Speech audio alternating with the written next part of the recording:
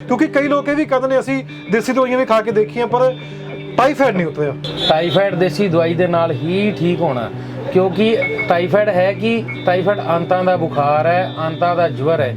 ਇਹਨੂੰ ਅਸੀਂ 21 ਦਿਨ ਦਾ ਮੁੱਦਤੀ ਜਵਰ ਵੀ ਕਹਿੰਦੇ ਆ, ਆਂਤਰਿਕ ਜਵਰ ਵੀ ਕਹਿ ਦਿੰਦੇ ਆ। ਅਲੱਗ-ਅਲੱਗ ਜਿਹੜੇ ਸਟੇਜਿਸ ਦੇ ਉੱਤੇ ਇਹਦੇ ਅਲੱਗ-ਅਲੱਗ ਨਾਮ ਦਿੱਤੇ ਗਏ ਆ। ਅਸਲ ਵਿੱਚ ਧਾਤ ਕਿੰਨੇ ਪ੍ਰਕਾਰ ਦੀ ਹੁੰਦੀ ਹੈ? ਧਾਤ ਵੀਰੇ 3 ਤਰ੍ਹਾਂ ਦੀ ਅਸੀਂ ਗਿਣਦੇ ਆ, ਲੇਕਿਨ ਇਹਦਾ ਮੌਲਿਕ ਜਿਹੜੇ ਰੂਪ ਹੈ 6 ਹੈ। 6 ਰੂਪ ਹੈਗੇ ਹੈ। ਔਰ ਜਦੋਂ ਧਾਤ ਗਿਰਦੀ ਹੈ, ਧਾਤ ਗਿਰਨ ਦੇ ਇਹ ਤਕਲੀਫ ਹੁੰਦੀ ਕਿ ਪਿਸ਼ਾਬ ਦੇ ਨਾਲ ਰੇਸ਼ਾ ਆ ਜਾਣਾ। ਔਰ ਲੇਡੀਜ਼ ਨੂੰ ਜਿਹੜਾ ਲਕੋਰੀਆ ਹੁੰਦਾ ਇਹ ਵੀ ਇੱਕ ਧਾਤ ਦੀ ਹੀ ਇੱਕ ਕੈਟਾਗਰੀ ਵਿੱਚ ਆਉਂਦਾ ਹੈ। ਇਹ ਵੀਰੇ ਜਿਹੜੀ ਬਵਾਸੀਰ ਹੈ, ਇੱਕ ਹੁੰਦੀ ਹੈ ਸੁੱਕੀ ਜਿਹਨੂੰ ਅਸੀਂ ਕਹਿੰਦੇ ਬਾਦੀ ਬਵਾਸੀਰ, ਉਹਦੇ 'ਚ ਖਾਰਸ਼ ਹੁੰਦੀ ਹੈ। ਇੱਕ ਹੁੰਦੀ ਮੋਕੇ ਵਾਲੀ, ਉਹਦੇ ਮੱਸੇ ਬਣ ਜਾਂਦੇ ਹੈ।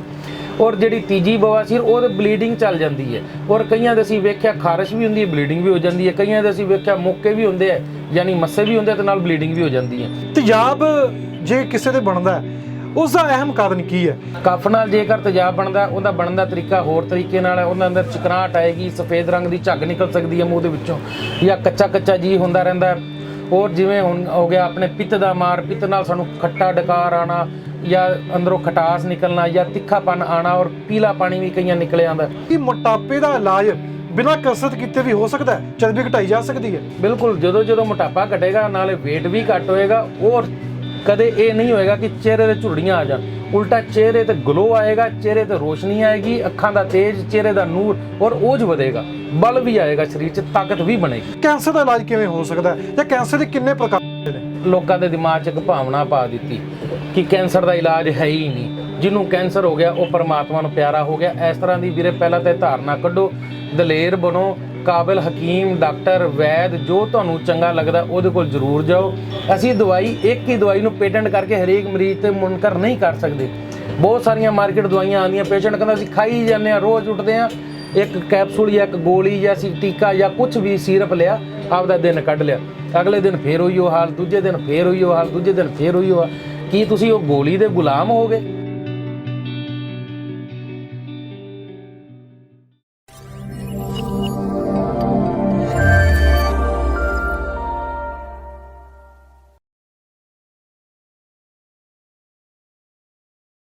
ਤਾਂ ਪਿਛਲੀ ਵਾਰ ਇਹਨਾਂ ਨੇ ਦੱਸਿਆ ਸੀ ਤੁਹਾਨੂੰ ਜੜੀ ਬੂਟੀਆਂ ਦੇ ਉੱਤੇ, ਤੇ ਅੱਜ ਗੱਲਬਾਤ ਕਰਾਂਗੇ ਆਪਾਂ ਕੁਝ ਹੋਲੀਆਂ ਬਿਮਾਰੀਆਂ ਜੋ ਤੁਸੀਂ ਫੋਨ ਰਾਹੀਂ ਜਾਂ ਕਮੈਂਟ ਰਾਹੀਂ ਦੱਸੀਆਂ ਵੀ ਆ ਸਮੱਸਿਆ, ਸਾਨੂੰ ਇਸ ਦਾ ਹੱਲ ਕੀ ਹੈ।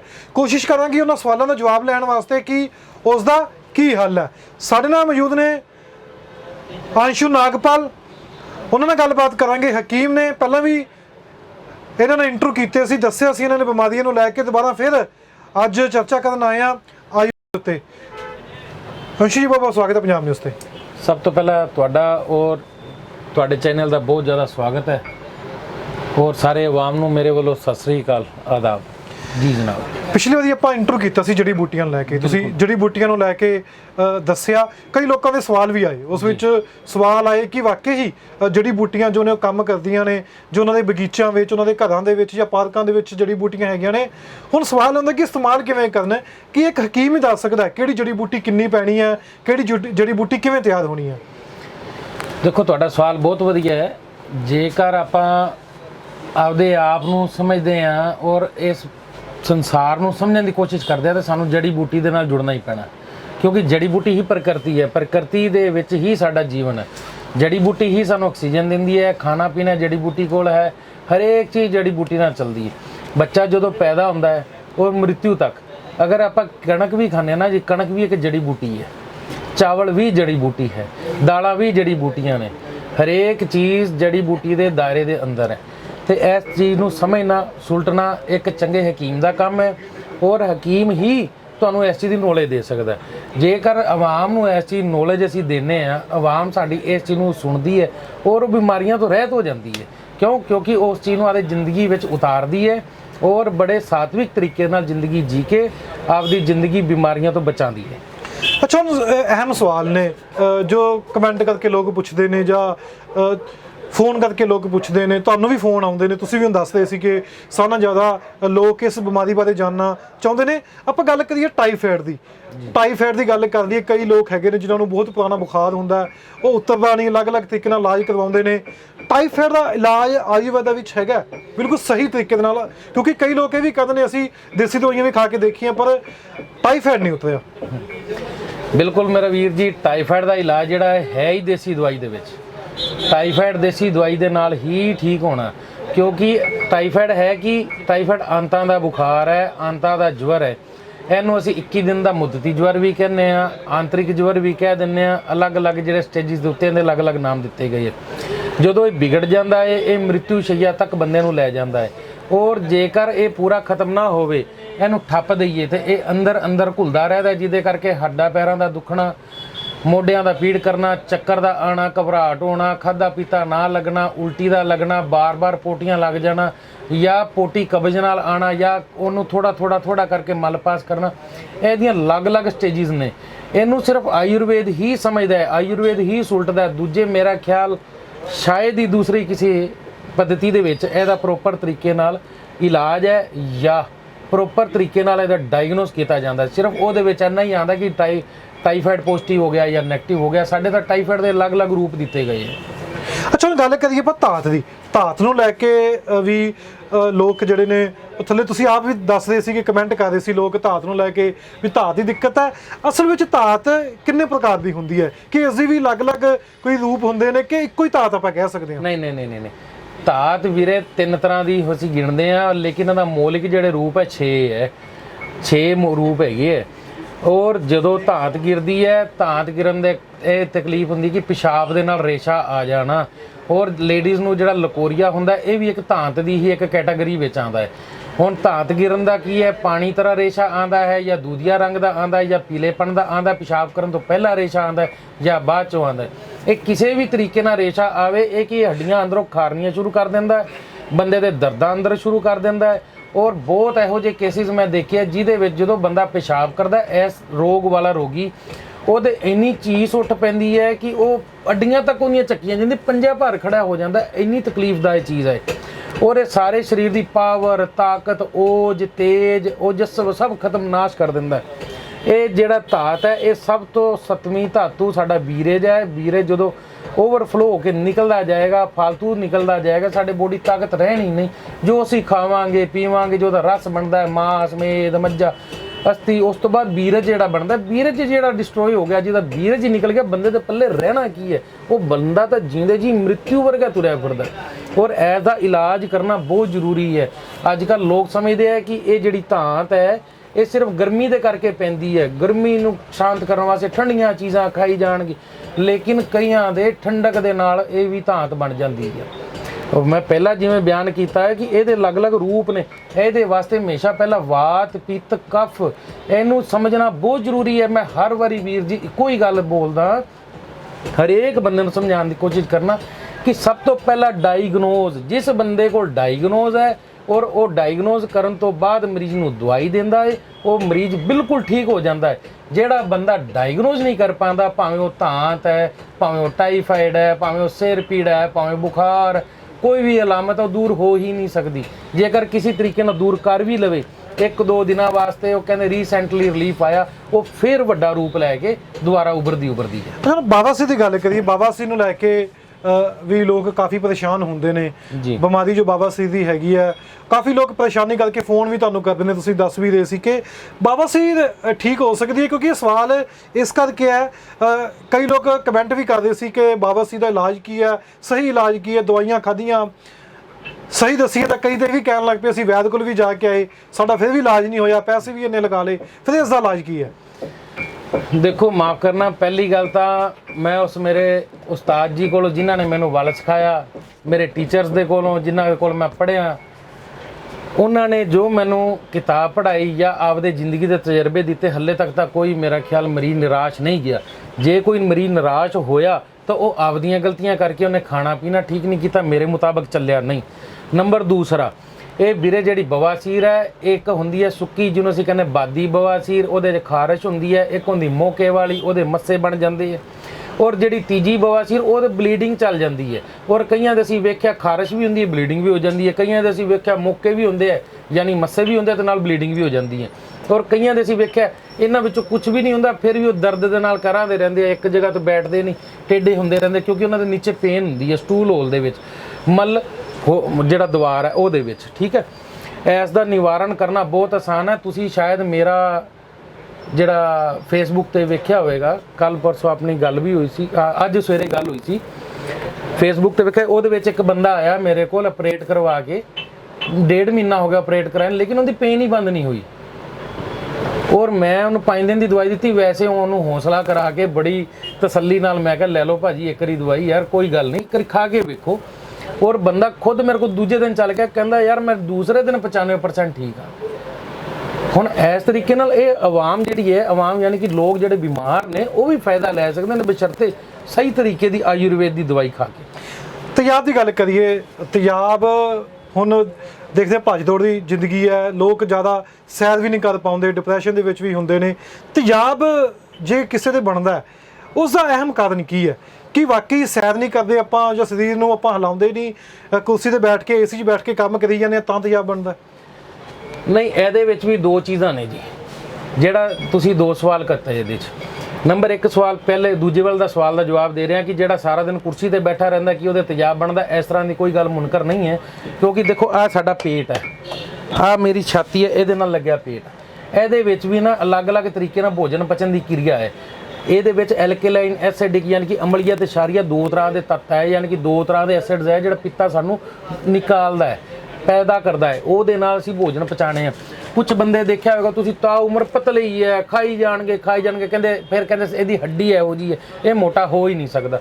ਤੇ ਕੁਝ ਬੰਦੇ ਕਹਿੰਦੇ ਅਸੀਂ ਖਾਂਦੇ ਹੀ ਨਹੀਂ, ਪਾਣੀ ਵੀ ਸਾਨੂੰ ਦੇਸੀ ਘਿਓ ਤਰ੍ਹਾਂ ਲੱਗਦਾ, ਯਾਰਾ ਕੋ ਕੁਝ ਖਾਂਦੇ ਆ ਅਸੀਂ ਮੋਟੇ ਹੋ ਜਾਂਦੇ ਆ। ਇਹ ਵਾਲੀ ਗੱਲ ਅਲੱਗ ਹੈ। ਔਰ ਦੂਜੀ ਗੱਲ ਜਿਹੜੀ ਰਹੀ ਗੈਸ ਤੇਜ਼ਾਬ ਦੀ ਗੱਲ, ਉਹਦੇ ਵਿੱਚ ਕੀ ਹੁੰਦਾ, ਕਫ ਦੀ ਮਾਰ, ਪਿੱਤ ਦੀ ਮਾਰ ਜਾਂ ਵਾਤ ਦੀ ਮਾਰ। ਕਫ ਨਾਲ ਜੇਕਰ ਤੇਜ਼ਾਬ ਬਣਦਾ, ਉਹਦਾ ਬਣਨ ਦਾ ਤਰੀਕਾ ਹੋਰ ਤਰੀਕੇ ਨਾਲ ਹੈ, ਉਹਦੇ ਅੰਦਰ ਚਿਕਨਾਹਟ ਆਏਗੀ, ਸਫੇਦ ਰੰਗ ਦੀ ਝੱਗ ਨਿਕਲ ਸਕਦੀ ਹੈ ਮੂੰਹ ਦੇ ਵਿੱਚੋਂ, ਜਾਂ ਕੱਚਾ ਜੀ ਹੁੰਦਾ ਰਹਿੰਦਾ। ਔਰ ਜਿਵੇਂ ਹੁਣ ਹੋ ਗਿਆ ਆਪਣੇ ਪਿੱਤ ਦਾ ਮਾਰ, ਪਿੱਤ ਨਾਲ ਸਾਨੂੰ ਖੱਟਾ ਡਕਾਰ ਆਉਣਾ, ਜਾਂ ਅੰਦਰੋਂ ਖਟਾਸ ਨਿਕਲਣਾ, ਜਾਂ ਤਿੱਖਾਪਨ ਆਉਣਾ, ਔਰ ਪੀਲਾ ਪਾਣੀ ਵੀ ਕਈਆਂ ਨਿਕਲ ਆਉਂਦਾ। ਔਰ ਵਾਤ ਦਾ ਜਿਹੜਾ, ਉਹਦੇ ਨਾਲ ਪੇਟ ਦਾ ਫੁੱਲ ਜਾਣਾ, ਸਹੀ ਢੰਗ ਨਾਲ ਪੋਟੀ ਨਾ ਆਉਣਾ, ਮਲ ਦਾ ਨਾ ਉਤਰਨਾ, ਪਿਸ਼ਾਬ ਦਾ ਸਹੀ ਢੰਗ ਨਾਲ ਨਾ ਆਉਣਾ, ਜਾਂ ਅਸੀਂ ਪਿਸ਼ਾਬ ਦਾ ਵੇਗ ਰੋਕ ਕੇ ਬੈਠੇ ਰਹਿਣਾ, ਜਾਂ ਪੋਟੀ ਦਾ ਵੇਗ ਰੋਕ ਕੇ ਬੈਠਾ ਰਹਿਣਾ, ਗੈਸ ਉੱਤੇ ਚੜ ਜਾਣ। ਇਹਦੇ ਵੀ ਕਈ ਕੈਟਾਗਰੀਆਂ ਨੇ, ਔਰ ਇਹ ਕੈਟਾਗਰੀਜ਼ ਨੂੰ ਅਸੀਂ 90 ਦੇਖਦੇ ਹਾਂ। ਜਿਵੇਂ ਮੈਂ ਪਹਿਲਾਂ ਵਾਰ-ਵਾਰ ਇੱਕੋ ਗੱਲ ਫੇਰ ਫਰਮਾਉਣਾ, ਜਿੰਨੀ ਦੇਰ ਤੱਕ ਤਸ਼ਖੀਸ ਨਹੀਂ ਉਨੀ ਦੇਰ ਤੱਕ ਮਰੀਜ਼ ਦਾ ਹੱਲ ਨਹੀਂ। ਅਸੀਂ ਦਵਾਈ, ਇੱਕ ਹੀ ਦਵਾਈ ਨੂੰ ਪੇਟੈਂਟ ਕਰਕੇ ਹਰੇਕ ਮਰੀਜ਼ ਤੇ ਮੁਨਕਰ ਨਹੀਂ ਕਰ ਸਕਦੇ। ਬਹੁਤ ਸਾਰੀਆਂ ਮਾਰਕੀਟ ਦਵਾਈਆਂ ਆਉਂਦੀਆਂ, ਪੇਸ਼ੈਂਟ ਕਹਿੰਦਾ ਅਸੀਂ ਖਾਈ ਜਾਂਦੇ ਹਾਂ, ਰੋਜ਼ ਉੱਠਦੇ ਹਾਂ, ਇੱਕ ਕੈਪਸੂਲ ਜਾਂ ਇੱਕ ਗੋਲੀ ਜਾਂ ਅਸੀਂ ਟੀਕਾ ਜਾਂ ਕੁਝ ਵੀ ਸੀਰਪ ਲਿਆ, ਆਪਦਾ ਦਿਨ ਕੱਢ ਲਿਆ, ਅਗਲੇ ਦਿਨ ਫੇਰ ਉਹੀ ਉਹ ਹਾਲ, ਦੂਜੇ ਦਿਨ ਫੇਰ ਉਹੀ ਉਹ ਹਾਲ, ਦੂਜੇ ਦਿਨ ਫੇਰ ਉਹੀ ਉਹ ਹਾਲ। ਕੀ ਤੁਸੀਂ ਉਹ ਗੋਲੀ ਦੇ ਗੁਲਾਮ ਹੋ ਗਏ? ਕੀ ਤੁਸੀਂ ਉਹ ਗੋਲੀ ਉੱਤੇ ਮੁਨਕਰ ਹੋ ਗਏ? ਇਹ ਨਾ ਕਰੋ। ਆਪਦੇ ਆਪ ਨੂੰ ਬਚਾਉਣਾ ਚਾਹੁੰਦੇ ਜੇ ਤਾਂ ਆਯੁਰਵੇਦ ਦਾ ਸਹਾਰਾ ਲਓ। ਮੈਂ ਤਾਂ ਕਹਿਣਾ ਕਿ ਅੱਛੀ ਸਿਹਤ ਕਾਮਯਾਬ ਕਰੋ, ਤਾਂ ਕਿ ਤੁਸੀਂ ਜੋ ਮਰਜ਼ੀ ਖਾਓ ਉਹ ਹਜਮ, ਜਿਵੇਂ ਪਹਿਲਾਂ ਦੇ ਪੁਰਾਣੇ ਬਜ਼ੁਰਗ ਕਹਿੰਦੇ ਲੱਕੜ ਵੀ ਹਜਮ, ਖਾਧਾ ਪੀਤਾ ਸਭ ਹਜਮ। ਇਹੋ ਜਿਹਾ ਜਿਸਮ ਬਣਾਓ। ਇਹੋ ਜਿਹਾ ਜਦੋਂ ਜਿਸਮ ਬਣੇਗਾ, ਤੁਹਾਡੇ ਸਰੀਰ 'ਚ ਜਾਨ ਵੀ ਆਵੇਗੀ, ਪੱਠਿਆਂ 'ਚ ਤਾਕਤ ਵੀ ਆਵੇਗੀ, ਤੇ ਚਿਹਰੇ ਤੇ ਨੂਰ ਵੀ ਆਵੇਗਾ। ਤੇਜ਼ਾਬ ਦਾ ਕੋਈ ਹੱਲ ਹੈਗਾ ਜੀ ਇਹਦੇ 'ਚ? ਬਿਲਕੁਲ ਤੇਜ਼ਾਬ ਕਿੰਨੇ ਦਿਨਾਂ 'ਚ ਹੋ ਜਾਂਦਾ ਵੀਰ ਜੀ? ਜਿਹਨੂੰ ਤਾਂ ਤੇਜ਼ਾਬ ਬਣਿਆ, ਮੈਂ ਔਨ ਦਾ ਸਪੋਰਟ ਮੌਕੇ ਦੇ ਉੱਤੇ ਘੜੀ ਵੇਖ ਕੇ 2 ਮਿੰਟ 'ਚ ਤੁਹਾਡੇ ਤੇਜ਼ਾਬ ਦੇ ਠੱਲ ਪਾ ਦੂੰਗਾ। 2 ਮਿੰਟ ਵੀ ਉਹਦੇ ਵਿੱਚ ਲੂੰਗਾ, ਦਵਾਈ ਹੱਥ ਤੇ ਹੋਵੇ, ਪਾਣੀ ਦਾ ਗਲਾਸ ਵੀ ਹੋਵੇ, ਤੇ ਪੀ ਵੀ ਲੈ, ਤੇ ਅੰਦਰ ਵਿੱਚ ਲੈ, ਕੰਠ ਤੋਂ ਨੀਚੇ ਜਾਏ ਤੇਜ਼ਾਬ ਦਾ ਨਾਸ਼। ਇਹ ਤਾਂ ਰਹਿ ਗਈ ਰੀਸੈਂਟਲੀ ਗੱਲ। ਔਰ ਜੇਕਰ ਉਹਦੀ ਬਿਮਾਰੀ, ਉਹਦੀ ਤਕਲੀਫ, ਉਹਦਾ ਰੋਗ, ਉਹਦੀ ਖਿੱਲਤ ਵੇਖ ਕੇ ਅਸੀਂ ਜਦੋਂ ਦਵਾਈ ਦੇਵਾਂਗੇ, ਉਹਦੇ ਮੁਤਾਬਕ ਉਹਦੀ ਬਿਮਾਰੀ ਦਾ ਨਾਸ਼ ਹੋਏਗਾ। ਕਿਉਂਕਿ ਬਿਮਾਰੀ ਕੀ ਹੈ, ਪਹਿਲਾਂ ਪਕੜਨਾ ਤਾਂ ਇਹ ਪਿਆ ਕਾਜ਼ ਆਫ ਡਿਸੀਜ਼। ਸਭ ਤੋਂ ਪਹਿਲਾਂ ਕਾਰਨ ਲੱਭਣਾ ਪਏਗਾ। ਹਰੇਕ ਚੀਜ਼ ਦੇ ਪਿੱਛੇ ਇੱਕ ਹੁੰਦਾ ਐਕਸਕਲੇਮੇਟਰੀ, ਕਿਉਂ, ਇਹ ਕਿਉਂ ਹੋਇਆ, ਪਹਿਲਾਂ ਕਿਉਂ ਲੱਭੋ, ਫਿਰ ਉਹਦਾ ਤੁਸੀਂ ਨਿਵਾਰਨ ਕਰੋ। ਅੱਛਾ, ਹੁਣ ਗੱਲ ਕਰੀਏ ਮੋਟਾਪੇ ਦੀ। ਅਲੱਗ-ਅਲੱਗ ਸਾਇੰਸ ਵਿੱਚ ਵੀ ਜ਼ਿਕਰ ਹੁੰਦਾ ਕਿ ਮੋਟਾਪਾ ਜਿਹੜਾ ਹੈਗਾ ਉਹ ਸਿਹਤ ਲਈ ਠੀਕ ਨਹੀਂ ਹੈਗਾ। ਉਹ ਸਭ ਤੋਂ ਅਹਿਮ ਚਰਚਾ ਵੀ ਹੁੰਦੀ ਹੈ ਕਿ ਏਸੀ ਥੱਲੇ ਬੈਠ ਕੇ ਕੰਮ ਕਰੀਏ ਤਾਂ ਮੋਟਾਪਾ ਹੋ ਜਾਂਦਾ ਹੈ, ਜਾਂ ਫੂਡ ਖਾਈਏ ਤਾਂ ਮੋਟਾਪਾ ਹੋ ਜਾਂਦਾ ਹੈ, ਸੈਰ ਨਾ ਕਰੀਏ ਤਾਂ ਮੋਟਾਪਾ ਹੋ ਜਾਂਦਾ ਹੈ, ਮੋਟਾਪੇ ਦੇ ਕਾਰਨ ਹਾਰਟ ਅਟੈਕ ਛੇਤੀ ਆ ਜਾਂਦਾ ਹੈ, ਮੋਟਾਪੇ ਦੇ ਕਾਰਨ ਬੰਦੇ ਦੀ ਜ਼ਿੰਦਗੀ ਜਿਹੜੀ ਹੈਗੀ ਹੈ, ਉਮਰ ਜਿਹੜੀ ਹੈ ਉਹ ਘਟ ਜਾਂਦੀ ਹੈ। ਇਹ ਗੱਲ ਸਹੀ ਹੈ? ਉਹਦੇ ਨਾਲ ਹੀ ਲੱਗਦਾ ਸਵਾਲ ਹੈ ਕਿ ਮੋਟਾਪੇ ਦਾ ਇਲਾਜ ਬਿਨਾਂ ਕਸਰਤ ਕੀਤੇ ਵੀ ਹੋ ਸਕਦਾ ਹੈ? ਚਰਬੀ ਘਟਾਈ ਜਾ ਸਕਦੀ ਹੈ? ਦੇਖੋ, ਤੁਹਾਡੀ ਪਹਿਲੀ ਗੱਲ ਜਿਹੜੀ ਹੈ ਕਿ ਜਿਹੜੀ ਤੁਸੀਂ ਨਾਨਾ ਪ੍ਰਕਾਰ ਦੇ ਯੋਗਾ ਅਭਿਆਸ ਦੱਸੇ ਜਾਂ ਐਕਸਰਸਾਈਜ਼ ਦੱਸੀ ਜਾਂ ਅੱਜ ਕੱਲ੍ਹ ਦੇ ਨੌਜਵਾਨ ਪੀੜ੍ਹੀ ਜਿਮ ਜਾਂਦੀ ਹੈ ਜਾਂ ਕਸਰਤ ਲਾਉਣ ਵਾਸਤੇ ਆਪਦਾ ਗਰਾਊਂਡ 'ਚ ਜਾਂਦੀ ਹੈ, ਇਹ ਬਹੁਤ ਚੰਗੀ ਗੱਲ ਹੈ। ਇਹਦੇ ਨਾਲ ਸਾਡੇ ਪੱਠੇ ਮਜ਼ਬੂਤ ਹੁੰਦੇ ਆ, ਸਾਨੂੰ ਕਰਨਾ ਵੀ ਚਾਹੀਦਾ। ਮੋਟਾਪਾ ਵੀ ਜਿਹੜਾ ਹੈ ਕਿ ਦੋ ਤਰ੍ਹਾਂ ਦਾ ਹੈ, ਤੇ ਤੀਜੇ ਤਰੀਕੇ ਨੂੰ ਅਸੀਂ ਸੈਮੀ ਮੋਟਾਪਾ ਗਿਣਦੇ ਹਾਂ। ਇਹ 2.5 ਤਰੀਕੇ ਦਾ ਮੋਟਾਪਾ ਕਹਿ ਲਓ ਤੁਸੀਂ, ਠੀਕ ਹੈ। ਜਿਹੜਾ ਵਾਤ ਨਾਲ ਗ੍ਰਸਤ ਹੈ ਉਹਦੇ ਅੰਦਰ ਵਾਈ ਭਰ ਜਾਏਗੀ, ਵਾਯੂ ਦਾ ਮੋਟਾਪਾ ਆ ਜਾਏਗਾ, ਉਹ ਸਿੱਧਾ ਸਿੱਧਾ ਜੋੜਾਂ ਤੇ ਲੈ ਜਾਏਗਾ ਔਰ ਸਿੱਧਾ ਸਿੱਧਾ ਦਿਲ ਤੇ ਲੈ ਜਾਏਗਾ ਔਰ ਫਿਰ ਉਹ ਸਿੱਧਾ ਸਿੱਧਾ ਜਾ ਕੇ ਮਾਰ ਤੁਹਾਡੇ ਗੁਰਦੇ ਤੇ ਪਾਵੇਗਾ। ਉਹਦੇ ਕਰਕੇ ਹਾਰਟ ਦੀ ਤਕਲੀਫ ਆਉਂਦੀ ਜਿਹੜੀ ਤੁਸੀਂ ਗੱਲ ਕੀਤੀ। ਔਰ ਜਿਹੜਾ ਕਫ ਦਾ ਮੋਟਾਪਾ ਹੈ, ਕਫ ਦਾ ਮੋਟਾਪਾ ਕੀ ਕਰੇ, ਸਾਡੇ ਫੇਫੜਿਆਂ ਨੂੰ ਲੈ ਜਾਏਗਾ, ਸਾਡੀ ਤਿੱਲੀ ਨੂੰ ਲੈ ਜਾਏਗਾ, ਸਾਡੇ ਉਸ ਵਕਤ ਗੁਰਦਿਆਂ ਤੇ ਲੈ ਜਾਏਗਾ। ਇਹਦੇ ਨਾਲ ਸਾਨੂੰ ਦਮਾ ਹੋ ਜਾਣਾ, ਗੁਰਦਿਆਂ ਦਾ ਖਰਾਬੀ ਆ ਜਾਣਾ, ਗੁਰਦਿਆਂ 'ਚ ਪੱਥਰੀਆਂ ਨਹੀਂ, ਵੱਡੇ ਵੱਡੇ ਪੱਥਰਾਂ ਦਾ ਬਣ ਜਾਣਾ, ਕਫ ਦੇ ਪੱਥਰ ਬਣ ਜਾਂਦੇ। ਤੇ ਇਹ ਮੋਟਾਪੇ ਅਲੱਗ-ਅਲੱਗ ਤਰੀਕੇ ਕੈਟਾਗਰੀ ਦੇ ਨਾਲ ਨੇ ਔਰ ਇਹਦਾ ਇਲਾਜ ਬੜੇ ਆਸਾਨੀ ਨਾਲ ਕੀਤਾ ਜਾ ਸਕਦਾ ਹੈ। ਪਰ ਉਹਦੇ ਵਾਸਤੇ ਥੋੜੀ ਬਹੁਤ ਤੁਹਾਨੂੰ ਕਸਰਤ ਵੀ ਕਰਨੀ ਪਏਗੀ। ਨਾਲ ਜਿਹੜੀ ਚੀਜ਼ ਮੈਂ ਤਿਆਰ ਕਰਦਾ ਉਹਦਾ ਇਸਤੇਮਾਲ ਕਰਨ ਦੇ ਨਾਲ ਨਾਲ 15 ਤੋਂ 20 ਦਿਨਾਂ ਦੇ ਵਿੱਚ ਵੀ ਰਿਜ਼ਲਟ ਆਣਾ ਹੀ ਆਣਾ ਹੈ। ਮੋਟਾਪਾ ਭਾਵੇਂ ਕਿਹੋ ਜਿਹਾ ਮਰਜ਼ੀ ਹੈ, ਅਸੀਂ ਉਹਨੂੰ ਮੋਟਾਪੇ ਨੂੰ ਸੈੱਟ ਕਰਕੇ ਯਾਨੀ ਕਿ ਉਹਦੀ ਫੈਟ ਨੂੰ ਪ੍ਰੋਟੀਨ 'ਚ ਤਬਦੀਲ ਕਰਕੇ ਔਰ ਫਿਰ ਨਵਾਂ ਖੂਨ ਬਣਾਉਣ ਦੀ ਕੋਸ਼ਿਸ਼ ਕਰਦੇ ਹਾਂ। ਜਿੰਨੀ ਦੇਰ ਤੱਕ ਤੁਹਾਡਾ ਚਰਬੀ ਹੈ ਉਹ ਨਾ ਘਟੇਗੀ, ਨਾ ਖਤਮ ਹੋਏਗੀ, ਨਵਾਂ ਖੂਨ ਨਹੀਂ ਬਣੇਗਾ, ਉਨੀ ਦੇਰ ਤੱਕ ਮੋਟਾਪਾ ਨਹੀਂ ਹੱਲ ਹੋ ਸਕਦਾ। ਅਸੀਂ ਨਵਾਂ ਖੂਨ ਬਣਾ ਦਿੰਦੇ ਹਾਂ। ਅੱਛਾ, ਮੋਟਾਪਾ ਘੱਟ ਕਰੋਗੇ ਨਾਲ ਨਾਲ weight ਵੀ ਘੱਟ ਹੋ ਜਾਂਦਾ? ਬਿਲਕੁਲ, ਜਦੋਂ ਮੋਟਾਪਾ ਘਟੇਗਾ ਨਾਲੇ weight ਵੀ ਘੱਟ ਹੋਏਗਾ ਔਰ ਕਦੇ ਇਹ ਨਹੀਂ ਹੋਏਗਾ ਕਿ ਚਿਹਰੇ ਤੇ ਝੁਰੜੀਆਂ ਆ ਜਾਣ। ਉਲਟਾ ਚਿਹਰੇ ਤੇ ਗਲੋ ਆਏਗਾ, ਚਿਹਰੇ ਤੇ ਰੋਸ਼ਨੀ ਆਏਗੀ, ਅੱਖਾਂ ਦਾ ਤੇਜ, ਚਿਹਰੇ ਦਾ ਨੂਰ ਔਰ ਓਜ ਵਧੇਗਾ, ਬਲ ਵੀ ਆਏਗਾ, ਸਰੀਰ 'ਚ ਤਾਕਤ ਵੀ ਬਣੇਗੀ। ਅੱਛਾ, ਹੁਣ ਕੈਂਸਰ ਦੀ ਗੱਲ ਕਰੀਏ। ਕੈਂਸਰ ਅਲੱਗ-ਅਲੱਗ ਪ੍ਰਕਾਰ ਦੇ ਹੁੰਦੇ ਨੇ। ਕੈਂਸਰ ਦਾ ਇਲਾਜ ਕਿਵੇਂ ਸੰਭਵ ਹੈ ਆਯੁਰਵੇਦਾ ਵਿੱਚ? ਕੈਂਸਰ ਦੇ ਕਾਰਨ ਆਪਾਂ ਦੇਖਿਆ ਵੀ ਕਈ ਪੇਸ਼ੈਂਟ ਮਰ ਜਾਂਦੇ ਨੇ। ਕੈਂਸਰ ਇੱਕ ਬਹੁਤ ਹੀ ਭਿਆਨਕ ਬਿਮਾਰੀ ਹੈਗੀ ਆ। ਕੈਂਸਰ ਦਾ ਇਲਾਜ ਕਿਵੇਂ ਹੋ ਸਕਦਾ ਹੈ ਜਾਂ ਕੈਂਸਰ ਦੇ ਕਿੰਨੇ ਪ੍ਰਕਾਰ ਹੁੰਦੇ ਨੇ? ਕੈਂਸਰ ਦਾ ਵੀ ਉਸੇ ਤਰੀਕੇ ਨਾਲ ਹੈ ਜੀ, ਕੈਟਾਗਰੀਜ਼ ਅਲੱਗ-ਅਲੱਗ ਰੱਖੀਆਂ ਗਈਆਂ ਨੇ, ਅਲੱਗ-ਅਲੱਗ ਕੈਂਸਰ ਦੇ ਰੂਪ ਹੈ। ਹੁਣ ਬਹੁਤ ਸਾਰੇ, ਇੱਕ ਤਾਂ ਪਹਿਲਾਂ ਤਾਂ ਲੋਕਾਂ ਦੇ ਦਿਮਾਗ 'ਚ ਇੱਕ ਭਾਵਨਾ ਪਾ ਦਿੱਤੀ ਕਿ ਕੈਂਸਰ ਦਾ ਇਲਾਜ ਹੈ ਹੀ ਨਹੀਂ, ਜਿਹਨੂੰ ਕੈਂਸਰ ਹੋ ਗਿਆ ਉਹ ਪਰਮਾਤਮਾ ਨੂੰ ਪਿਆਰਾ ਹੋ ਗਿਆ। ਇਸ ਤਰ੍ਹਾਂ ਦੀ ਵੀਰੇ ਪਹਿਲਾਂ ਤਾਂ ਧਾਰਨਾ ਕੱਢੋ, ਦਲੇਰ ਬਣੋ, ਕਾਬਿਲ ਹਕੀਮ, ਡਾਕਟਰ, ਵੈਦ ਜੋ ਤੁਹਾਨੂੰ ਚੰਗਾ ਲੱਗਦਾ ਉਹਦੇ ਕੋਲ ਜ਼ਰੂਰ ਜਾਓ ਔਰ ਆਪਦਾ ਇਲਾਜ ਕਰਨ ਵਾਸਤੇ ਉਸ ਦੇ ਅੱਗੇ ਬੇਨਤੀ ਪ੍ਰਾਰਥਨਾ ਕਰਦੇ ਹੋਏ ਇਲਾਜ ਸਹੀ ਤਰੀਕੇ ਨਾਲ ਕਰਾਓ। ਕੈਂਸਰ ਦੇ ਸਾਡੇ ਕੋਲ ਪੇਸ਼ੈਂਟ ਆਉਂਦੇ ਆ। ਹੁਣ ਪਿੱਛੇ ਜੇ ਕਰੀਬ ਰੀਸੈਂਟਲੀ ਇੱਕ ਪੇਸ਼ੈਂਟ ਆਏ, ਰੀਸੈਂਟਲੀ ਨਹੀਂ ਸੋਰੀ, ਮੈਂ 4 ਸਾਲ ਕਰੀਬ ਹੋ ਗਏ ਉਹਨੂੰ, ਲੇਡੀ ਤੋਂ ਮੈਂ ਮਿਲਾ ਸਕਦਾ, ਮੈਨੂੰ ਯਾਦ ਆ ਗਿਆ 4 ਸਾਲ ਹੋ ਗਏ ਮੇਰੇ ਕੋਲ। ਪਹਿਲਾ ਪੇਸ਼ੈਂਟ ਆਏ ਸਨ, ਉਹਨਾਂ ਨੂੰ 6 ਕੀਮੋ ਹੋਈਆਂ ਸੀਗੀਆਂ ਬੀਕਾਨੇਰ ਸ਼ਹਿਰ ਕਿਸੇ ਡਾਕਟਰ ਦੇ ਕੋਲ, ਮੈਨੂੰ ਡਾਕਟਰ ਦਾ ਨਾਮ ਨਹੀਂ ਪਤਾ। ਆਪਣੇ ਮੇਰੇ ਸ਼ਹਿਰ ਦੇ ਨੇੜੇ ਹੀ ਕਰੀਬ 7 ਕਿਲੋਮੀਟਰ ਪਿੰਡ ਹੈ, ਉਸ ਪਿੰਡ ਦੇ ਹੈ, ਐਜੂਕੇਟਿਡ ਪਰਸਨ ਹੈ, ਗਵਰਨਮੈਂਟ ਰਿਟਾਇਰਡ ਟੀਚਰ ਹੈ, ਉਹਨਾਂ ਦਾ ਬੇਟਾ ਵੀ ਟੀਚਰ ਲੱਗਿਆ, ਉਹਨਾਂ ਦੇ ਹਸਬੈਂਡ ਵੀ ਗਵਰਨਮੈਂਟ ਜੋਬ ਤੋਂ ਰਿਟਾਇਰ ਨੇ, ਅੱਛੀ ਐਜੂਕੇਟਿਡ ਫੈਮਿਲੀ ਹੈ। ਉਹ 6 ਕੀਮੋ ਕਰਾਉਣ ਤੋਂ ਬਾਅਦ ਡਾਕਟਰ ਨੇ ਇਹ ਜਵਾਬ ਦਿੱਤਾ ਸੀਗਾ ਕਿ ਇਹਨਾਂ ਦੀ ਸੇਵਾ ਕਰ ਲਓ, ਸਾਡੇ ਵੱਸ ਤੋਂ ਬਾਹਰ ਹੈ। ਅੱਜ 4 ਸਾਲ ਹੋ ਗਏ ਵੀਰੇ, 10 ਮੱਝਾਂ ਚੋਂਦੀ ਹੈ ਸਵੇਰੇ। ਉਹ ਸਾਡੀ ਬੀਬੀ, ਉਹ ਸਾਡੀ ਬਜ਼ੁਰਗ 10 ਮੱਝਾਂ ਚੋਂਦੀ ਹੈ ਸਵੇਰੇ, ਗੁਰਦੁਆਰੇ ਜਾਂਦੀ ਸਵੇਰੇ ਤੜਕੇ 3 ਵਜੇ, ਬੋਕਰ ਭਾਰੀ ਗੁਰਦੁਆਰੇ ਦੀ ਉਹ ਕਰਦੇ ਆ ਪਿੰਡ 'ਚ ਜਾ ਕੇ ਔਰ ਸੈਰ ਕਰਦੇ ਆ ਤੇ ਘਰ ਸੰਭਾਲਦੀ ਹੈ ਔਰ ਪਾਠ ਪੂਰਾ ਰੱਜ ਕੇ ਕਰਦੀ, ਜਿੰਨਾ ਵਾਹਿਗੁਰੂ ਨੂੰ ਯਾਦ ਕੀਤਾ ਜਾ ਸਕਦਾ। ਔਰ ਜਦੋਂ ਸ਼ਹਿਰ ਆਉਂਦੇ ਆ ਮੈਨੂੰ ਮਿਲ ਕੇ ਜਾਂਦੇ ਆ ਤੇ ਮੇਰੇ ਸਿਰ ਤੇ ਹੱਥ ਰੱਖਦੇ ਆ ਕਿ ਤੂੰ ਬਹੁਤ ਚੰਗਾ ਕੰਮ ਕੀਤਾ ਤੇ ਮੈਂ ਤੇਰੇ ਵਾਸਤੇ ਵਾਹਿਗੁਰੂ ਅੱਗੇ ਅਰਦਾਸ ਕਰਦੀ ਹਾਂ। ਕੀ ਕੈਂਸਰ ਦੀ ਬਿਮਾਰੀ ਕੀ ਸੀ ਉਹਨਾਂ ਨੂੰ? ਉਹਨਾਂ ਨੂੰ ਵੀਰੇ ਕੈਂਸਰ ਸੀ, 6 ਕੀਮੋ ਹੋਈਆਂ, ਪੇਟ 'ਚ ਕੈਂਸਰ ਸੀ ਉਹਨਾਂ ਦੀ। 6 ਕੀਮੋ ਤੋਂ ਬਾਅਦ ਮੈਂ ਉਹਨਾਂ ਨੂੰ ਠੀਕ ਕੀਤਾ ਤੇ ਉਹ ਹੱਲੇ ਜਿਉਂਦੇ ਆ। 4 ਸਾਲ ਹੋ ਗਏ, ਜੇ ਡਾਕਟਰ ਨੇ ਕਹਿੰਦਾ ਘਰੇ ਸੇਵਾ ਕਰ ਲਓ। ਅੱਛਾ, ਕੈਂਸਰ ਹੁੰਦੇ ਕਿੰਨੇ ਪ੍ਰਕਾਰ ਦੇ ਨੇ? ਇਸ ਦੀ ਕੋਈ ਕੈਟਾਗਰੀ ਹੈ? ਕੈਂਸਰ ਦੀ ਵੀ ਕੈਟਾਗਰੀ ਵੀਰੇ, ਅਸੀਂ ਕੈਂਸਰ ਨੂੰ 5 ਕੈਟਾਗਰੀ ਤੋਂ ਲੈ ਕੇ 7 ਕੈਟਾਗਰੀ ਦੇ ਵਿੱਚ ਰੱਖਣੇ ਆ, ਜਦ ਕਿ 4 ਕੈਟਾਗਰੀ ਦੇ ਵਿੱਚ ਅਸੀਂ ਕਾਊਂਟ ਕਰਦੇ। ਅੱਛਾ, ਨਾ ਅਹਿਮ ਸਵਾਲ ਹੈ ਡਿਪਰੈਸ਼ਨ ਦਾ ਜੀ। ਟਾਸਕ ਮਿਲਿਆ ਹੁੰਦਾ, ਹੁਣ ਤਾਂ ਪਤਾ ਵੀ ਨੌਕਰੀ ਵਾਸਤੇ ਟਾਸਕ ਦਿੱਤੇ ਜਾਂਦੇ ਨੇ, ਟਾਸਕ ਪੂਰੇ ਕਰੋ ਤਾਂ ਸੈਲਰੀ ਆਏਗੀ, ਸੈਲਰੀ ਕੱਟੀ ਜਾਏਗੀ। ਡਿਪਰੈਸ਼ਨ ਦੇ ਸ਼ਿਕਾਰ ਹੋ ਰਹੇ ਨੇ। ਪੜ੍ਹਾਈ ਨੂੰ ਲੈ ਕੇ ਗੱਲ ਕਰ ਲਈਏ, ਖੇਡਾਂ ਵਾਲੇ ਪਾਸੇ ਹੁੰਦੇ ਨੇ, ਜੋ ਪੂਰਾ ਨਹੀਂ ਟਾਸਕ ਕਰ ਪਾਉਂਦੇ, ਉਸ ਦੇ ਬਾਵਜੂਦ ਵੀ ਉਹ ਡਿਪਰੈਸ਼ਨ ਵਿੱਚ, ਹਰ ਤਰ੍ਹਾਂ ਦੇ ਵਿੱਚ ਕਿਤੇ ਨਾ ਕਿਤੇ ਦਫ਼ਤਰ 'ਚ ਡਿਪਰੈਸ਼ਨ ਚਲਾ ਗਿਆ। ਡਿਪਰੈਸ਼ਨ ਦਾ ਕੋਈ ਇਲਾਜ ਹੈਗਾ? ਡਿਪਰੈਸ਼ਨ, ਪਹਿਲਾਂ ਤਾਂ ਮੈਂ ਅੱਜ ਇਹ ਵਾਲਾ ਜਿਹੜਾ ਕੁਐਸਚਨ ਕੀਤਾ ਨਾ ਬਹੁਤ ਮਾਇਨਾ ਰੱਖਦਾ ਹੈ। ਅੱਜ ਦੀ ਤਰੀਕ ਵਿੱਚ ਬਹੁਤ ਵੱਡੀ ਗੱਲ ਹੈ। ਕਾਰਨ ਕਿਉਂਕਿ ਅੱਜ ਛੋਟਾ ਬੱਚਾ ਵੀ ਡਿਪਰੈਸ਼ਨ 'ਚ ਕਿਉਂ? ਕਿਉਂਕਿ ਉਹ ਇੱਕ ਰੇਸ ਦੇ ਵਿੱਚ ਖੜਾ ਹੋ ਗਿਆ। ਆਵਾਮ ਆਪਦੇ ਬੱਚਿਆਂ ਨੂੰ, ਲੋਕ ਮਾਤਾ ਪਿਤਾ ਦੇ ਬੱਚੇ ਨੇ ਇੱਕ ਰੇਸ 'ਚ ਖੜਿਆ ਕਰਤਾ, बेटा तूने 95% नंबर लेके आने, 99% नंबर लेके आने। वो अजकल का बच्चा कहता 99.99 नंबर लेके आने। उनके दिमाग डिप्रैशन, किताबों का कीड़ा बन गया, खेडों तो छुटकारा हो गया, खेडते है ही नहीं। उत्तों मोबाइलों का दौर चल पाया, अखां तो लदार हो गए, दिमाग तो लदार हो गए, हत्था पैरा जान नहीं रही। ਔਰ ਕੋਈ ਵੀ ਗੱਲ ਸੁਣ ਲੈਂਦੇ ਅਨਸੁਖਾਵੀਂ, ਉਹ ਝਟਕਾ ਲੱਗ ਜਾਂਦਾ, ਟੈਨਸ਼ਨ ਲੈ ਜਾਂਦੇ ਹੈ। ਔਰ ਉਸੇ ਤਰੀਕੇ ਨਾਲ ਬਹੁਤ ਸਾਰੇ ਪਰਿਵਾਰ ਹੈ ਜੇ ਸਾਡੇ ਕੋਲ ਆਉਂਦੇ ਜਿਨ੍ਹਾਂ ਦੇ ਮੰਨ ਲਓ ਐਕਸੀਡੈਂਟ ਹੋ ਜਾਂਦਾ ਜਾਂ ਕੋਈ ਰੀਸੈਂਟਲੀ ਡੈਥ ਹੋ ਜਾਂਦੀ ਹੈ, ਔਰ ਉਹ ਜ਼ੋਰ ਉਹਦਾ ਵੇਗ ਯਾਨੀ ਕਿ ਦੁੱਖ ਦਾ ਵੇਗ ਉਹ ਝੱਲ ਨਹੀਂ ਪਾਉਂਦੇ, ਔਰ ਉਹ ਇੰਨੇ ਕੁ ਡਿਪਰੈਸ਼ਨ ਉਹ ਚਲੇ ਜਾਂਦੇ ਕਿ ਹਲਕਾ ਜਿਹਾ ਅਗਰ ਗਲਾਸ ਵੀ ਘਰੇ ਡਿੱਗਦਾ ਨਾ, ਸਟੀਲ ਦਾ ਗਲਾਸ ਵੀ ਡਿੱਗ ਪਏ ਜਾਂ ਹਲਕਾ ਜਿਹਾ ਸ਼ੋਰ ਹੋ ਜਾਏ, ਕੋਈ ਉੱਚੀ ਆਵਾਜ਼ ਬੋਲ ਪਏ, ਉਹ ਕੰਬਣ ਲੱਗ ਜਾਂਦੇ, ਉਹਨਾਂ ਨੂੰ ਪ੍ਰੋਬਲਮ ਹੋ ਜਾਂਦੀ ਹੈ, ਉਹ ਅਸਹਿਨੀਆ ਹੋ ਜਾਂਦਾ, ਨੀਂਦ ਨਹੀਂ ਆਉਂਦੀ, ਨੀਂਦ ਉੱਡ ਜਾਂਦੀ ਹੈ। ਇਹੋ ਜਿਹਿਆਂ ਦਾ ਬਹੁਤ ਵਧੀਆ ਇਲਾਜ ਅਸੀਂ ਲੱਭਿਆ ਆਯੁਰਵੇਦ ਦੇ ਵਿੱਚ। ਮੈਂ ਇਲਾਜ ਕਰਦਾ, ਜੇਕਰ ਤੁਸੀਂ 15 ਮਿੰਟ 20 ਮਿੰਟ ਪਹਿਲਾਂ ਆਉਂਦੇ, ਮੈਂ 3 ਪੇਸ਼ੈਂਟ ਮੇਰੇ ਕੋਲ ਇਹੋ ਜਿਹੇ ਆਏ ਬੈਠੇ ਸੀਗੇ, ਔਰ ਇੱਕ ਤਾਂ ਮੇਰਾ ਧੰਨਵਾਦ ਕਰਨ ਆਇਆ ਸੀ ਔਰ 2 ਨਵੇਂ ਨਾਲ ਲੈ ਕੇ ਆਇਆ ਸੀ ਡਿਪਰੈਸ਼ਨ ਦੇ। ਬਿਲਕੁਲ ਸਿਰਫ 15 ਮਿੰਟ ਤੁਸੀਂ ਪਹਿਲਾਂ ਆਉਂਦੇ, ਮਾਫੀ ਚਾਹੁੰਦਾ 15 ਮਿੰਟ ਦਾ ਫਰਕ ਰਹਿ ਗਿਆ। ਔਰ ਉਹ ਮੇਰੀ ਭੈਣ ਛੋਟੀ ਅੱਜ ਬਿਲਕੁਲ ਦਰੁਸਤ ਹੈ। ਪਿਛਲੇ 2 ਸਾਲ ਤੋਂ ਡਿਪਰੈਸ਼ਨ ਦੀ ਦਵਾਈ ਲੈ ਰਹੀ ਸੀ ਕਿਸੇ ਸੈਕਟਰੀ ਕੋਲੋਂ, ਔਰ ਉਹਦੀ ਫੋਟੋ ਪੁਰਾਣੀ ਜੇ ਵੇਖੀਏ ਤਾਂ ਬੜੀ ਖੂਬਸੂਰਤ ਮੇਰੀ ਭੈਣ ਦੀ, ਔਰ ਡਿਪਰੈਸ਼ਨ ਦੀ ਦਵਾਈ ਲੈ ਕੇ ਬਿਲਕੁਲ ਐ ਸੁੱਕ ਗਈ ਤੀਲੇ ਕਾਨੇ ਵਰਗੀ। ਅੱਜ 1.5 ਮਹੀਨਾ ਤੋਂ ਮੇਰੇ ਕੋਲ ਦਵਾਈ ਖਾਧੀ ਉਹਨੇ, ਤੇ ਮਾਲਕ ਦੀ ਦਇਆ ਨਾਲ ਆਪਦੇ ਮੂੰਹ ਕਹਿੰਦੀ ਹੈ ਕਿ ਅੱਜ ਮੈਂ ਖੁਸ਼ ਹਾਂ, ਮੇਰਾ ਪਰਿਵਾਰ ਖੁਸ਼ ਹੈ, ਮੈਂ ਤੇਰਾ ਧੰਨਵਾਦ ਕਰਨਾ ਹੈ। ਅੱਛਾ, ਡਿਪਰੈਸ਼ਨ ਵੀ ਕੋਈ ਇਹ ਵੀ ਕੋਈ ਕੈਟਾਗਰੀ ਹੁੰਦੀ ਡਿਪਰੈਸ਼ਨ ਦੀ ਵੀ ਕਿ ਇਹਨੂੰ ਇੱਕੋ ਕੈਟਾਗਰੀ 'ਚ ਰੱਖ ਸਕਦੇ ਆ? ਨਹੀਂ ਜੀ ਨਹੀਂ, ਇਹ ਕੈਟਾਗਰੀ ਤਾਂ ਦੇਖੋ ਅਲੱਗ-ਅਲੱਗ ਹੈ ਨਾ। ਹੁਣ ਦਿਲ ਬਹਿ ਜਾਣਾ, ਕਿਸੇ ਦਾ ਦਿਲ ਬਹਿ ਜਾਣਾ, ਇਹ ਕਿਹੜੀ ਕੈਟਾਗਰੀ 'ਚ ਆਉਂਦਾ ਉਹ ਵੇਖਣਾ ਪਵੇਗਾ। ਦਿਲ ਕਮਜ਼ੋਰ ਹੋ ਜਾਣਾ, ਜਾਂ ਕੋਈ ਕਹਿੰਦਾ ਦਿਲ ਪਤਲਾ ਹੋ ਜਾਣਾ।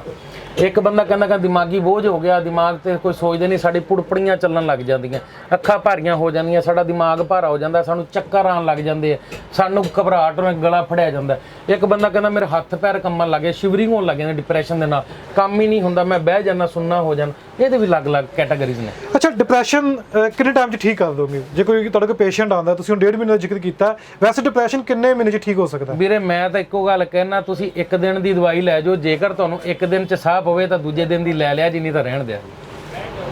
ਤੇ ਜਿਹੜਾ ਆਉਣ ਜਾਣ ਦਾ ਖਰਚਾ ਹੈ ਹੈਨਾ ਦਵਾਈ ਦਾ, ਉਹ ਤੁਸੀਂ ਮੇਰੇ ਕੋਲ ਲੈ ਲਿਆ। ਅੱਛਾ, ਜਾਂਦੇ ਜਾਂਦੇ ਕੋਈ ਇੱਕ ਨੁਕਤਾ ਜੋ ਲੋਕ ਆਪ ਘਰੇ ਬਹਿ ਕੇ ਇਲਾਜ ਕਰ ਸਕਦੇ ਹੋਣ, ਕੋਈ ਇੱਕ ਇਹੋ ਜੀ ਇਲਾਜ ਬਾਰੇ ਦੱਸ ਦਿਓ, ਘਰੇ ਬੈਠ ਕੇ ਜੜੀ ਬੂਟੀਆਂ ਦਾ ਜਾਂ ਕਿਸੇ ਵੀ ਪ੍ਰਕਾਰ ਪੰਸਾਦੀ ਦੀ ਦੁਕਾਨ ਤੋਂ ਲਿਆ ਕੇ ਇਲਾਜ ਕਰ ਸਕਣ। ਅੱਜ ਕੱਲ ਮਾਈਆਂ ਭਾਈਆਂ ਨੂੰ, ਮੇਰੇ ਵੱਡੇ ਬਜ਼ੁਰਗਾਂ ਨੂੰ, ਉਹਨਾਂ ਨੂੰ ਤਾਂ ਚਲੋ ਹੋਣੀ ਹੈ, ਛੋਟੇ ਬੱਚਿਆਂ 'ਚ ਵੀ ਤਕਲੀਫ ਆ। ਅੱਖਾਂ ਦਾ ਕਮਜ਼ੋਰ ਹੋ ਜਾਣਾ, ਦਿਲ ਦਾ ਕਮਜ਼ੋਰ ਹੋ ਜਾਣਾ, ਹੱਡੀਆਂ ਦਾ ਕਮਜ਼ੋਰ ਹੋ ਜਾਣਾ, ਖੂਨ ਘੱਟ ਬਣਨਾ, ਭੱਜੇ ਹੀ ਫਿਰਦੇ ਵਿਚਾਰੇ ਡਾਕਟਰਾਂ ਕੋਲ। ਡੇਲੀ ਦਾ ਵੀਰੇ ਬਿਨਾਂ ਕਿਸੇ ਕੈਮੀਕਲ ਦਾ ਬਣਿਆ ਗੁੜ ਖਵਾਉਣਾ ਸ਼ੁਰੂ ਕਰ ਦਿਓ ਔਰ ਖੁਦ ਖਾਣਾ ਸ਼ੁਰੂ ਕਰ ਦਿਓ। ਲੇਕਿਨ ਸ਼ੂਗਰ ਵਾਲੇ ਮੇਰਾ ਵੀਰ ਮੇਰਾ ਕਹਿਣਾ ਨਾ ਮੰਨਿਓ। ਸ਼ੂਗਰ ਵਾਲਿਆਂ ਵਾਸਤੇ ਇਹ ਚੀਜ਼ ਨਹੀਂ ਮੈਂ ਕਹਿੰਦਾ, ਕਿਉਂਕਿ ਡਾਕਟਰ ਨੇ, ਅੰਗਰੇਜ਼ੀ ਡਾਕਟਰ ਰੋਕਿਆ ਉਹਨਾਂ ਨੂੰ ਕਿ ਮਿੱਠਾ ਨਹੀਂ ਖਾਣਾ। ਜਿਹੜੇ ਸ਼ੂਗਰ ਦੇ ਮਰੀਜ਼ ਨਹੀਂ ਆ ਉਹ ਡੇਲੀ ਗੁੜ ਖਾ ਲੈਣ ਰੋਜ਼ਾਨਾ, ਨਾਲ 1 ਗਲਾਸ ਦੁੱਧ ਪੀਣ, ਗੁੜ ਵੀ ਘੱਟੋ ਘੱਟ 20 ਜਾਂ 30 ਗ੍ਰਾਮ ਖਾਣ। ਇਹਦੇ ਨਾਲ ਤੁਸੀਂ 10 ਤੋਂ 15 ਦਿਨਾਂ 'ਚ ਦੇਖੋਗੇ ਤੁਹਾਨੂੰ ਕਿੰਨਾ ਆਰਾਮ ਆਉਂਦਾ। ਔਰ ਦੂਜਾ ਨੰਬਰ, ਜਿਹੜੇ ਸ਼ੂਗਰ ਵਾਲੇ ਮਰੀਜ਼ ਹੈ, ਉਹ ਮੇਰੇ ਬਜ਼ੁਰਗ, ਮੇਰੇ ਭੈਣ ਭਰਾ, ਇੰਨਾ ਕੁ ਮੇਥੀ ਦਾਣਾ ਲੈ ਲਓ, ਉਹਨੂੰ ਦਰਦਰਾ ਕੁੱਟ ਲਓ, ਰਾਤ 1 ਗਲਾਸ ਪਾਣੀ 'ਚ ਭੇਜ ਦਿਓ, ਸਵੇਰੇ ਉਹਨੂੰ ਉਬਾਲ ਕੇ ਉਹਦਾ ਸੂਪ ਬਣਾ ਲਓ। ਆਪਦੇ ਸਵਾਦ ਦੇ ਮੁਤਾਬਕ ਨਮਕ ਮਿਰਚ ਜਿੰਨਾ ਪਾਣਾ ਚਾਹੁੰਦੇ ਹੋ ਪਾ ਲਿਓ, ਨਹੀਂ ਪਾਣਾ ਚਾਹੁੰਦੇ ਰਹਿਣ ਦਿਓ। ਔਰ ਸਵੇਰੇ ਖਾਲੀ ਪੇਟ ਇਹਦਾ ਸੇਵਨ ਕਰੋ। ਸਿਰਫ ਸੇਵਨ 15 ਦਿਨ ਕਰਨਾ ਵੀਰੇ, 15 ਦਿਨ 'ਚ ਤੁਹਾਡੇ ਗੋਡਿਆਂ ਦੇ ਵਿੱਚ ਆਰਾਮ ਆਉਣਾ ਸ਼ੁਰੂ ਹੋ ਜਾਏਗਾ, ਚਿਕਨਾਹਟ ਬਣਨੀ ਸ਼ੁਰੂ ਹੋ ਜਾਏਗੀ। ਜਿਹੜਾ ਡਾਕਟਰ ਕਹਿੰਦਾ ਨਾ ਗਰੀਸ ਘਟ ਗਈ, ਇਹਦੀ ਗਰੀਸ ਬਣਨੀ ਸ਼ੁਰੂ ਹੋ ਜਾਏਗੀ। ਮੈਂ ਫ੍ਰੀ ਦੇ ਵਿੱਚ ਬਹੁਤ ਵੱਡਾ ਫਾਰਮੂਲਾ ਤੁਹਾਨੂੰ ਅੱਜ ਦੇ ਰਿਹਾ ਮੇਰੇ ਵੀਰ ਦੇ ਨਾਂ ਤੇ, ਪੰਜਾਬ ਨਿਊਜ਼ ਚੈਨਲ ਵਾਲਿਆਂ ਨੂੰ। ਅੱਛਾ, ਮੇਰਾ ਇੱਕ ਆਖਰੀ ਸਵਾਲ ਹੈ ਕਿ ਮੈਂ ਕੈਮਰਾਮੈਨ ਨੂੰ ਕਹੂੰਗਾ ਬਾਹਰ ਦਿਖਾ ਦੇਣ, ਜੋ ਇਹਨਾਂ ਕੋਲ ਸਿੱਖਣ ਆਉਂਦੇ ਨੇ, ਇਹਨਾਂ ਦੇ ਸ਼ਾਗਿਰਦ ਨੇ, ਉਹ ਦਵਾਈ ਬਣਾਦੇ ਨੇ। ਅੱਛਾ ਭਾਜੀ, ਇੱਕ ਹੋਰ ਬੜੀ ਚਰਚਾ ਹੁੰਦੀ ਹੈ ਕਿ ਦਵਾਈ ਤੁਸੀਂ ਪਿੱਛੋਂ ਲਿਆ ਕੇ ਵੇਚਦੇ ਹੋ ਕਿ ਬਣਾ ਕੇ, ਜਿਵੇਂ ਬਣਾ ਵੀ ਦੇਣੇ ਬਾਹਰ, ਕਿ ਖਾਸ ਬੰਦੇ ਨੂੰ ਬਣਾ ਕੇ ਦਿੰਦੇ ਹੋ ਦਵਾਈ? ਨਹੀਂ ਜੀ, ਮੇਰੇ ਵਾਸਤੇ ਕੋਈ ਖਾਸ ਨਹੀਂ ਹੈ, ਕੋਈ ਆਮ ਨਹੀਂ ਹੈ। ਮੇਰੇ ਵਾਸਤੇ ਮੇਰੇ ਖੁਦਾ ਨੇ ਇੱਕ ਡਿਊਟੀ ਲਾਈ ਹੈ, ਆਵਾਮ ਦੀ ਖਿਦਮਤ ਕਰਨਾ। ਆਵਾਮ ਦੇ ਵਿੱਚ ਵੱਡਾ ਅਫਸਰ ਵੀ ਆਉਂਦਾ ਤੇ ਆਵਾਮ ਦੇ ਵਿੱਚ ਇੱਕ ਰਿਕਸ਼ਾ ਚਲਾਉਣ ਵਾਲਾ ਵੀ ਆਉਂਦਾ। ਨਾ ਮੈਂ ਵੱਡੇ ਅਫਸਰ ਨੂੰ ਪਹਿਲ ਦੇਵਾਂ ਤੇ ਨਾ ਰਿਕਸ਼ਾ ਚਲਾਉਣ ਵਾਲੇ ਨੂੰ ਪਿੱਛੇ ਸੱਟਾਂ। ਮੇਰੇ ਵਾਸਤੇ ਸਭ ਇੱਕ ਹੈ। ਜਿਹੜਾ ਆ ਗਿਆ ਉਹਦਾ ਨੰਬਰ ਲਵਾ ਲੈਂਦਾ, ਟਰਨ ਵਾਈਜ਼ ਉਹਦਾ ਨੰਬਰ ਆਉਂਦਾ ਵੀਰੇ, ਮੈਂ ਉਸ ਦੇ ਮੁਤਾਬਕ ਵੇਖਦਾ ਪੂਰੇ ਇਮਾਨਦਾਰੀ ਨਾਲ। ਔਰ ਰਹੀ ਨੰਬਰ ਦੂਜੀ ਗੱਲ, ਇੱਧਰ ਵੀਰੇ ਤੁਸੀਂ ਮਾੜਾ ਨਿਗਾਹ ਮਰਾ ਦਿਓ, ਨਜ਼ਰ ਮਰਾਓ। ਇਹਦੇ ਵਿੱਚ ਸਾਡੇ ਕੋਲ ਪੱਥਰ ਦੀਆਂ ਖਰਲਾਂ, ਜਿਹਦੇ ਵਿੱਚ ਤਾਂਬਾ ਪੱਥਰ ਹੈ, ਜਿਹਦੇ ਵਿੱਚ ਮੋਗਰਾ ਹੈ, ਜਿਹਦੇ ਵਿੱਚ ਪੁਸ਼ਪਾ ਹੈ, ਜਿਹਦੇ ਵਿੱਚ ਸਾਡੇ ਅਕੀਕ ਪੱਥਰ ਹੈ, ਔਰ ਸਾਡੇ ਕੋਲ ਇਹਦੇ ਵਿੱਚ ਚੀਨੀ ਮਿੱਟੀ ਦੀਆਂ ਖਰਲਾਂ, ਅਲੱਗ-ਅਲੱਗ ਕੈਟਾਗਰੀ ਦੀਆਂ ਖਰਲਾਂ। ਹੁਣ ਮੈਂ ਤੁਹਾਨੂੰ ਇੱਕ ਚੀਜ਼ ਵਿਖਾਉਣਾ, ਅਸੀਂ ਵੀਰੇ ਕੋਈ ਇਸ ਤਰ੍ਹਾਂ ਦਾ ਬਰਤਨ ਯੂਜ਼ ਨਹੀਂ ਕਰਦੇ ਜਿਹਦੇ ਵਿੱਚ ਸਿੱਕਾ ਜਾਂ ਲੈਡ ਹੋਵੇ। ਅਸੀਂ ਆਹ ਵੇਖੋ, ਜਿਵੇਂ ਆਹ ਤਾਂਬਾ ਹੈ ਪਿਓਰ, ਠੀਕ ਹੈ, ਆਹ ਅਸੀਂ ਯੂਜ਼ ਕਰਦੇ ਆ। ਆਹ ਤਾਂਬੇ ਦੇ ਭਾਂਡੇ ਹੈ, ਉਹ ਪਿੱਤਲ ਦੇ ਬਾਹਰ ਭਾਂਡੇ ਪਏ ਹੈ, ਸਾਡੇ ਕੋਲ ਭਰਤ ਦੇ ਭਾਂਡੇ ਹੈ, ਸਾਡੇ ਕੋਲ ਸਰਬ ਲੋਹ ਦੇ ਭਾਂਡੇ ਹੈ, ਸਾਡੇ ਕੋਲ ਔਰ ਪਿਓਰ ਸਟੀਲ ਦੇ ਬਰਤਨ ਯੂਜ਼ ਕਰਦੇ ਆ। ਅਸੀਂ ਇਸ ਤਰ੍ਹਾਂ ਦਾ ਕੋਈ ਬਰਤਨ ਯੂਜ਼ ਨਹੀਂ ਕਰਦੇ ਜਿਹੜਾ ਸਾਡੇ ਸਰੀਰ ਦੇ ਲਈ ਹਾਰਮਫੁਲ ਹੈ। ਔਰ ਅਸੀਂ ਪਿਓਰ ਜੜੀ ਬੂਟੀ ਦੀ ਦਵਾਈ ਤਿਆਰ ਕਰਦੇ ਆ, ਔਰ ਆਪਦੀਆਂ ਦਵਾਈਆਂ ਤਿਆਰ ਕਰਕੇ ਹੀ ਆਪਦੇ ਮੁਤਾਬਕ ਜੋ ਵੇਖੀ ਨਬਜ ਹੈ, ਨਬਜ ਦੀ ਤਸ਼ਖੀਸ ਦੇ ਮੁਤਾਬਕ ਦਵਾਈ ਅਦਾ ਕਰਦੇ ਹਾਂ। ਮੈਂ ਚਾਹੂੰਗਾ ਕਿ ਜਾਂਦੇ ਜਾਂਦੇ ਆਪਣਾ ਨੰਬਰ ਬੋਲ ਦਿਓ, ਜੇ ਲੋਕ ਤੁਹਾਨੂੰ ਕੰਟੈਕਟ ਕਰਨਾ ਚਾਹੁੰਦੇ ਨੇ ਜਾਂ ਤੁਹਾਨੂੰ ਮਿਲਣਾ ਚਾਹੁੰਦੇ ਨੇ, ਨੰਬਰ ਦੱਸ ਦਿਓ। ਤੇ ਦੂਜੀ ਸਭ ਤੋਂ ਅਹਿਮ ਗੱਲ ਹੈ ਕਿ ਮਰੀਜ਼ ਇੱਥੇ ਆਊਗਾ ਤਾਂ ਪੇਸ਼ੈਂਟ ਦੇਖੋਗੇ ਕਿ ਮਰੀਜ਼ ਨੂੰ ਤੁਸੀਂ ਬਿਨਾਂ ਦੇਖੇ ਵੀ ਦਵਾਈ ਦੇ ਸਕਦੇ ਹੋ। ਜੇ ਦੇ ਸਕਦੇ ਹੋ ਕਿਹੜੀ ਕਿਹੜੀ ਦਵਾਈ, ਚਲੋ ਬਹੁਤ ਵੱਡੀ ਲਿਸਟ ਹੋ ਜਾਏਗੀ ਕਿ ਦਵਾਈ ਦੇ ਸਕਦੇ ਹੋ। ਅਸੀਂ ਬਹੁਤ ਸਾਰੀ ਦਵਾਈਆਂ ਜਿਹੜੀਆਂ ਘਰ ਪਹੁੰਚਾ ਸਕਦੇ ਹਾਂ, ਲੇਕਿਨ ਬਹੁਤ ਸਾਰੀਆਂ ਇਹੋ ਜਿਹੀਆਂ ਦਵਾਈਆਂ ਜਿਹਦੇ ਵਾਸਤੇ ਮਰੀਜ਼ ਨੂੰ ਸਾਡੇ ਕੋਲ ਆਉਣਾ ਵੀ ਪੈਂਦਾ ਹੈ। ਮੇਰਾ ਨੰਬਰ ਹੈ 8699801638 8289 65316। मैं कोशिश करांगा कि आवाम की खिदमत फ़ोन के मुताबिक या फ़ोन के जरिए मैं कर पावां। जिन्ना को मेरे समय लगेगा या टाइम होएगा तो मैं तुहाडी खिदमत लई बैठा, तुहाडा आपदा हकीम अंशुल नागपाल फाजिलका। ਤੇ ਸਾਰੀ ਗੱਲਬਾਤ ਸੁਣੀਏ। ਸਾਡੇ ਨਾਲ ਮੌਜੂਦ ਸਨ ਹਕੀਮ ਨਾਗਪਾਲ। ਪਹਿਲਾਂ ਵੀ ਇਹਨਾਂ ਦੇ ਇੰਟਰਵਿਊ ਕੀਤੇ ਗਏ ਸੀ ਤੇ ਦੁਬਾਰਾ ਇੰਟਰਵਿਊ ਕਰਨ ਦਾ ਮਕਸਦ ਇਹ ਸੀ ਕਿ ਕਮੈਂਟ ਕਰਦੇ ਸੀ ਲੋਕ, ਮੈਸੇਂਜਰ ਤੇ ਵੀ ਮੈਸੇਜ ਕਰਦੇ ਸੀ, ਤਾਂ ਕੋਸ਼ਿਸ਼ ਇਹੀ ਸੀ ਕਿ ਤੁਹਾਡੇ ਤੱਕ ਉਹ ਬਿਮਾਰੀਆਂ ਜੋ ਤੁਸੀਂ ਕਹਿ ਸੀ ਵੀ ਇਸ ਦਾ ਇਲਾਜ ਕੀ ਹੈ, ਉਹੀ ਤੁਹਾਡੇ ਕੋਲ ਅੱਗੇ ਲੈ ਕੇ ਆਏ ਹਾਂ। ਇਲਾਜ ਜਿਸ ਤੋਂ ਮਰਜ਼ੀ ਕਰਵਾਓ, ਜਿਹੜੇ ਮਰਜ਼ੀ ਹਕੀਮ ਕੋਲ ਜਾਓ, ਜਿਹੜੇ ਮਰਜ਼ੀ ਡਾਕਟਰ ਕੋਲ ਜਾਓ, ਜਿਸ ਕੋਲ ਮਰਜ਼ੀ ਕਰਵਾਓ, ਪਰ ਆਪਣੇ ਆਪ ਨੂੰ ਡਿਪਰੈਸ਼ਨ ਤੋਂ ਬਾਹਰ ਕੱਢਣ ਲਈ, ਜੇ ਬਾਕੀ ਤੁਹਾਨੂੰ ਬਿਮਾਰੀਆਂ ਨਾ ਹੋਣ, ਆਪਣੀ ਸਿਹਤ ਦਾ ਖਿਆਲ ਰੱਖੋ, ਆਪਣੀ ਸਿਹਤ ਦਾ ਧਿਆਨ ਰੱਖੋ। ਜੇ ਤੁਸੀਂ ਇਹਨਾਂ ਨਾਲ ਕੰਟੈਕਟ ਕਰਕੇ ਕੁਝ ਪੁੱਛਣਾ ਚਾਹੁੰਦੇ ਹੋ, ਨੰਬਰ ਤੁਹਾਨੂੰ ਅਸੀਂ ਦੱਸ ਦਿੱਤੇ ਨੇ। ਆਪਣੀ ਤਸੱਲੀ ਕਰਕੇ ਇਹਨਾਂ ਨੂੰ ਫੋਨ ਕਰ ਸਕਦੇ ਹੋ।